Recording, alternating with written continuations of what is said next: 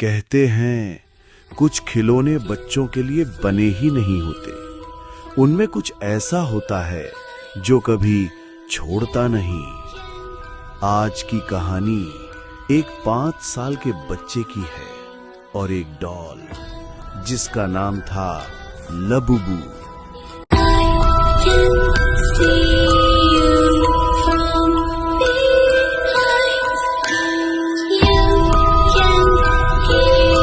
पांच साल का आरव अपनी मां के साथ एक छोटे से घर में रहता था। चुपचाप शर्मीला सा बच्चा। उसके जन्मदिन पर उसके अंकल ने उसे एक अजीब सी डॉल गिफ्ट की, लबूबू डॉल। बड़ी बड़ी आंखें और एक डरावनी मुस्कान जैसे उस डॉल की पहचान थी। वो डॉल उसके पुराने टेडी बियर से बिल्कुल अलग थी, लेकिन आरव को वो तुरंत पसंद आ गई।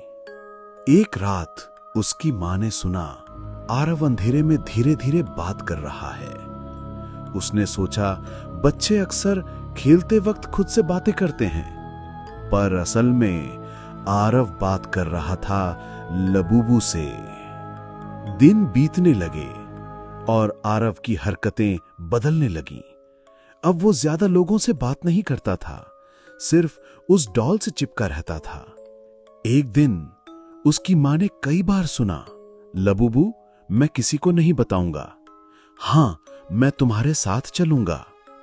आरव की मां को यह सब सुन के डर लगा और अजीब लगा, पर उसने नजरअंदाज किया।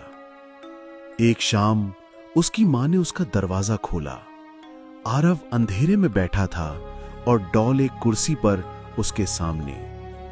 आरव ध्यान से सिर हिला रहा था, जैसे कोई उसे इंस्ट्रक्शंस दे रहा हो। जैसे ही लाइट ऑन हुई, डॉल और आरव की जगह की अदली बदली हुई और मां को कुछ पता नहीं लगा। दिन ब दिन अजीब चीजें बढ़ने लगीं। आरव की ड्राइंग्स बदलने लगीं। पहले वो घर और फूल बनाता था, अब सिर्फ लबूबू की तस्वीरें। कभी बड़ी दांतों के साथ, कभी खून से भरी उंगलियों के साथ, और हमेशा एक छोटा लड़का उसका हाथ पकड़े हुए। उसकी मां ने डॉल को अलमीरा में लॉक कर दिया, लेकिन रात होते ही डॉल फिर आरव के बेड पर मिली। एक बार उसने रात के 3 बजे दरवाजे की आहट सुनी। आरव हॉल में खड़ा था, डॉल को हाथ में लेकर। जब उसकी मां ने पूछा कि आरव तुम यहां इतनी रात को क्या कर रहे हो, तो उसने धीरे से कहा, लबूबू ने कहा है बाहर चलते हैं खेलने। उस रात उसकी मां ने उसे डांटा और सोने को कहा। कुछ दिन बाद एक तूफानी रात को उसकी मां ने आरव की हंसी सुनी, पर वो उसकी नॉर्मल हंसी नहीं थी। गहरी अजीब सी गूंज थी। जब वो कमरे में गई, आरव फर्श पर बैठा था और लब्बू उसके पास।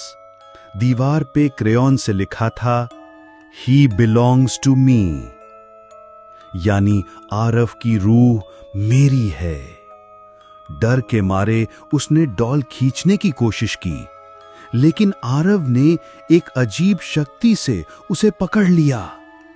उसकी आंखें पल भर के लिए सफेद हो गई और उसने एक अजीब सी आवाज में कहा, मुझे मत छूनो वरना तुम पछताओगी। उस रात बिजली गिर गई और पूरा घर अंधेरे में डूब गया। उसकी मां मोमबत्ती लेकर आरव को ढूंढने लगी, पर बेड खाली था। सिर्फ लबूबू डॉल बिस्तर पर बैठी थी, मुस्कुराते हुए।